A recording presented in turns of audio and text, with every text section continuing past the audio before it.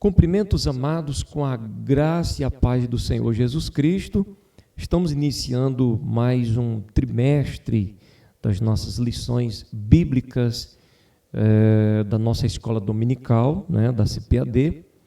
E nesse início de ano, nesse novo trimestre que estamos iniciando, estamos aqui acrescentando mais uma faixa etária das nossas lições bíblicas, que a partir de então a gente vai estar estudando, aplicando, melhor dizendo, uma lição apropriada para os juvenis, os amados entre 15 e 17 anos. E a nossa lição nesse primeiro trimestre veio trazendo o assunto sobre uma viagem pelo Antigo Testamento. Estaremos aprendendo aqui através da palavra de Deus acerca da composição da mesma, como que a Bíblia é composta. Estaremos aprendendo sobre a organização dos livros do Antigo Testamento, que é a nossa primeira lição, e outros diversos assuntos de superior importância. Peço aos amados que possam estar atentos e que possam aproveitar o máximo aí do ensino da preciosa palavra de Deus. A nossa leitura bíblica em classe, nós encontramos aqui em Josué, capítulo de número 1, versículo 6 ao versículo 9, que nos diz: Esforça-te e tem bom ânimo, porque tu farás a este povo herdar a terra que jurei a seus pais lhes daria. Tão somente esforça-te e tem muito bom ânimo, para teres o cuidado de fazer conforme toda a lei que meu servo Moisés te ordenou. Dela não te desvie nem para a direita nem para a esquerda, para que prudentemente te conduzas por onde quer que andares. Não se aparte da tua boca o livro desta lei, antes medita nele dia e noite, para que tenhas cuidado de fazer conforme tudo quanto nele está escrito, porque então farás prosperar o teu caminho e então prudentemente te conduzirás. Não te mandei eu? Esforça-te e tem bom ânimo. Não pasme nem te espante, porque o Senhor teu Deus é contigo por onde quer que andares. A nossa segunda parte da leitura está em Mateus 7, 24, que inclusive é um texto muito conhecido dos amados, onde Jesus diz: Todo aquele, pois, que escuta estas minhas palavras e as pratica, assemelhá-lo-ei ao homem prudente que edificou a sua casa sobre a rocha. E desceu a chuva, e correram rios, e assopraram ventos, e combateram aquela casa, e não caiu, porque estava edificada sobre a rocha. E aquele que ouve estas minhas palavras e as não cumpre, compará-lo-ei ao homem insensato, que edificou a sua casa sobre a areia.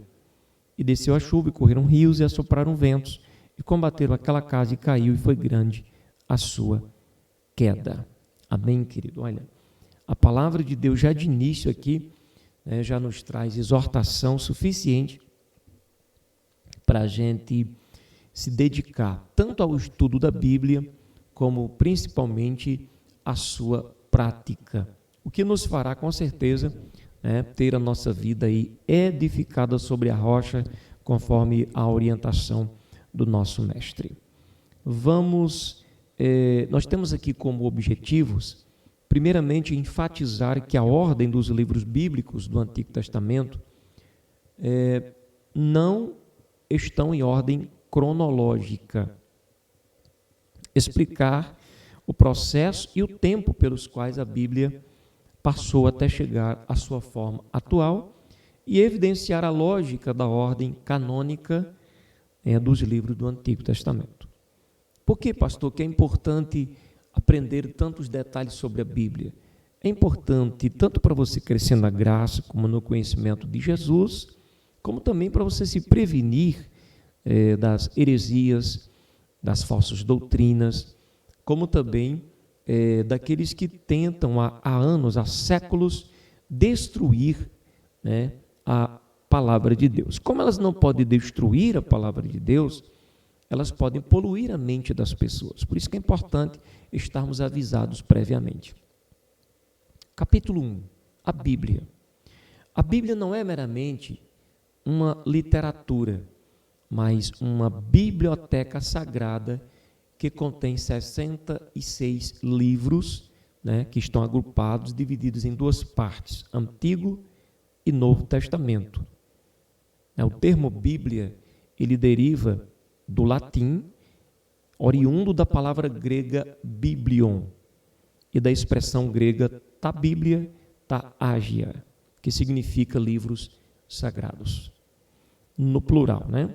Estes livros foram inspirados por Deus, conforme está em 2 Timóteo, capítulo 3, versos 16 e 17, a fim de revelar a vontade de Deus à humanidade. Se alguém te perguntar qual o propósito, qual o objetivo da Bíblia ter sido escrita ou ter sido inspirada por Deus, Deus tinha o objetivo de revelar a vontade dele a cada um de nós. Por isso, são palavras de Deus. Essa revelação divina ocorreu ao longo de séculos de história, envolvendo diversos escritores que, apesar de oriundos de épocas e contextos muito diferentes, estão alinhados, né, quanto à mesma essência e caráter de Deus, pois foram escolhidos pelo próprio Deus. O que é interessante é isso. O tempo da escrita bíblica e a precisão da escrita. O fato de termos todo o conteúdo da Bíblia de forma completa em nossas mãos, louvado seja em nossas mãos, nos dias de hoje, já é por si um milagre, porque a Bíblia não é um livro que ficou pronto de uma hora para outra, ou foi escrito por apenas um autor. A Bíblia passou por um processo de formação que demorou desde o seu primeiro momento, né, até o seu último escritor, aproximadamente aí 1.600 anos para ser concluído, né? Foram quase 40 escritores. Por todos esses anos a Bíblia resistiu, perseverou e sua mensagem chegou às nossas mãos, mesmo com tantas tentativas para destruí-la. Ao longo da história não faltou quem quisesse destruir a palavra de Deus. Portanto, sua existência tantos séculos depois, é algo extraordinário. E além disso, nos dias de hoje, a Bíblia ainda é o livro mais comprado do mundo. Só podemos atribuir tudo isso a Deus. O Antigo Testamento possui 39 livros que vão de Gênesis a Malaquias. Todo o Antigo Testamento levou aproximadamente 1000 anos. Veja que só o Antigo Testamento levou aproximadamente aí 1000 anos para ser concluído, tendo cerca de 30 escritores diferentes. O idioma original em que foi escrito o Antigo Testamento é predominantemente o hebraico, mas não é 100% o hebraico. Teve aí alguns trechos, que foi específicos, escritos em aramaico. Além disso, o Antigo Testamento não é apenas uma narrativa histórica. Trata-se da revelação que Deus faz de si mesmo ao homem, relacionando-se com ele. Veja que o objetivo de Deus escrever o Antigo Testamento, como também o Novo Testamento, sempre foi o mesmo propósito, buscar um relacionamento com a humanidade, buscar um relacionamento com o homem. O que só é possível, claro, quando o homem conhece a sua vontade. O Antigo Testamento nos mostra apenas os grandes feitos de Deus através de milagres e alianças. Ele também foca na maneira extraordinária em que o Todo-Poderoso escolheu homens comuns, homens cheios de falhas, defeitos, para usá-los, tanto na formação do seu povo, de Israel, como no cumprimento de seus propósitos gloriosos. Segundo capítulo, ordem bíblica do Antigo Testamento. A Bíblia não está em ordem cronológica. Não devemos imaginar que, por exemplo, vamos ler toda a Bíblia em um ano. O que nós lemos em janeiro, fevereiro, março, abril,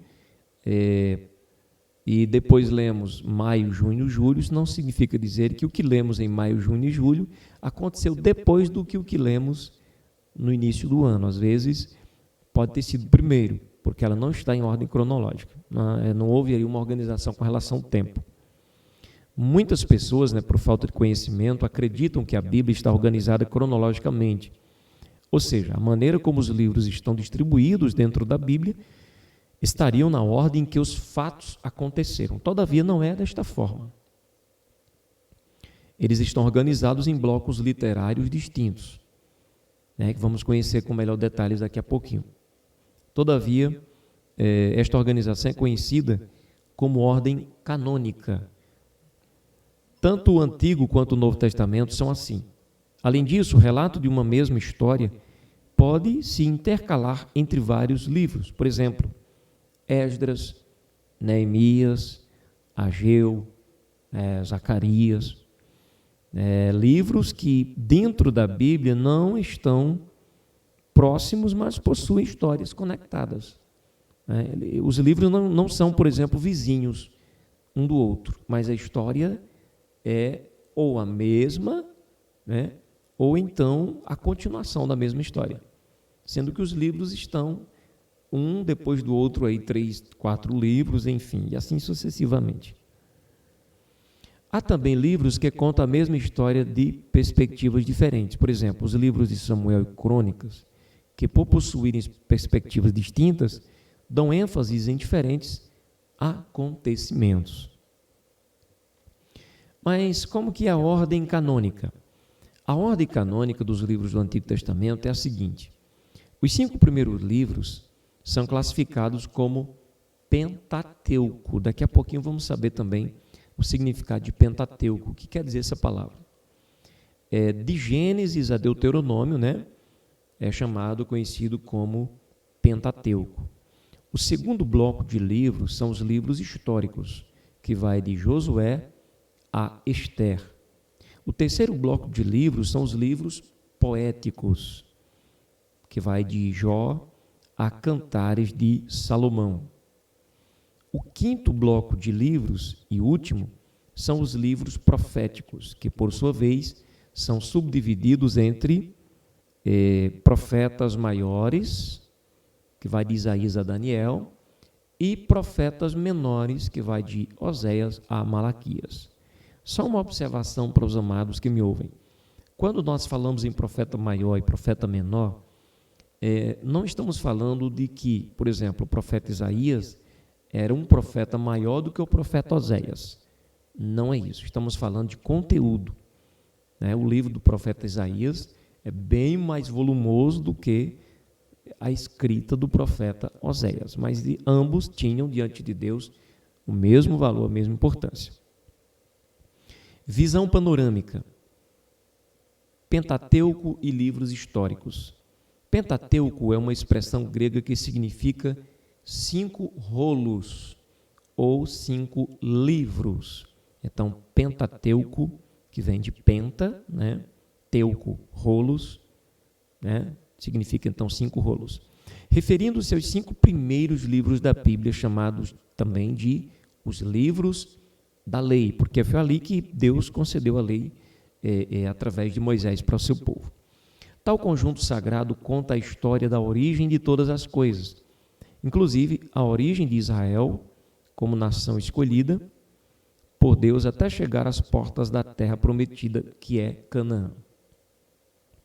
Esse conjunto de livros possui algumas pessoas-chave muito importantes para a história de Israel. Quem são eles? Quem são as pessoas-chaves que aparecem aí no Antigo Testamento, que são importantes aí para a história de Israel? Abraão, Isaque, Jacó, José e Moisés. Homens que, mesmo sendo falhos, foram usados por Deus de maneira extraordinária, com propósitos que atravessaram milênios. Os livros históricos, por sua vez, contam a história da formação de Israel, como nação, a partir da conquista da Terra Prometida. Esses livros sagrados narram a transição da teocracia, que era quando Deus governava diretamente o povo, através de Moisés, era o governo aí exercido pelo próprio Deus, e passa-se agora para a monarquia, que é o poder nas mãos de um rei. Só que isso veio a pedido do próprio povo, não era plano de Deus.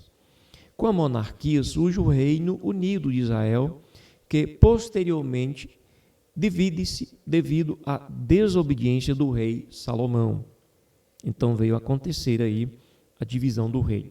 Israel ficou dividido da seguinte forma: reino do norte, que ficou com o nome de Israel, tendo como sua capital Samaria, temos também 10 tribos, e o reino do sul, que ficou conhecido como Judá, né, com a sua capital em Jerusalém, com 2 tribos. Também relata a desobediência contumaz do povo, que culmina da destruição de Samaria em 722 e o cativeiro de Jerusalém em 586 a.C. Então, os livros históricos contam toda a história, a trajetória de Israel como nação. Livros poéticos e livros proféticos. Os livros poéticos são escritos de sabedoria em que a linguagem poética é a mais predominante. Começa pelo livro de Jó, que relata uma história de dor, sofrimento, permissão e revelação divina, mas também de restauração. Agora temos o livro de Salmos, que expressa um pouco do talento e dos costumes do povo de Israel, registrando a maneira como cantava, né, expressava sua crença em Deus, por meio de salmos, hinos, cânticos e orações. Os livros de sabedoria do rei Salomão, Provérbios, Eclesiastes e Cantares, completam o terceiro bloco da ordem canônica da Bíblia, cada um com seu enfoque específico e uma vasta riqueza, tanto sobre a ótica literária quanto de aplicabilidade para a vida, né? Uma importância extraordinária para a gente. Por fim, nós temos os livros proféticos, que retratam não só a perspectiva histórica de um período no qual o reino de Israel está dividido em reino do norte e reino do sul, mas também a atividade profética dos chamados profetas literários, que foram aqueles que escreveram, como, por exemplo, o profeta Isaías, um profeta literário. Já o profeta Elias, o profeta Eliseu, não são profetas literários. Estes eleitos do Senhor deixaram suas profecias registradas, constituindo, em suma, anúncios de juízo de Deus por causa dos pecados, não só de Israel e Judá, como também de algumas nações vizinhas. Neste trecho das Sagradas Escrituras, também se encontra mais presente o anúncio de uma esperança de restauração futura para o remanescente fiel, aqueles que perseveraram em servir a Deus, mesmo diante das situações mais adversas, a grande promessa da vinda do Salvador, o Messias. Então, para concluir, dizemos que a Bíblia é um livro que possui uma história de formação e preservação fascinante, sobretudo pela maneira como todos os livros foram escritos, preservados, traduzidos e transmitidos até chegar às nossas mãos. Todas as adversidades superadas possibilitaram a chegada da Bíblia até nós. É extraordinária a forma como a história de redenção escrita ao longo dos séculos se encaixa, se cumpre e até hoje nos norteia, abençoando nossas vidas, tanto agora quanto para a eternidade. Então vemos o agir, o mover e o cuidado do Espírito Santo na inspiração da Bíblia, como também na sua composição, na sua preservação e no seu direcionamento a todas as nações para a salvação de todos aqueles que crêem. Então, que Deus abençoe poderosamente a tua vida. Até a nossa próxima aula, em nome de Jesus.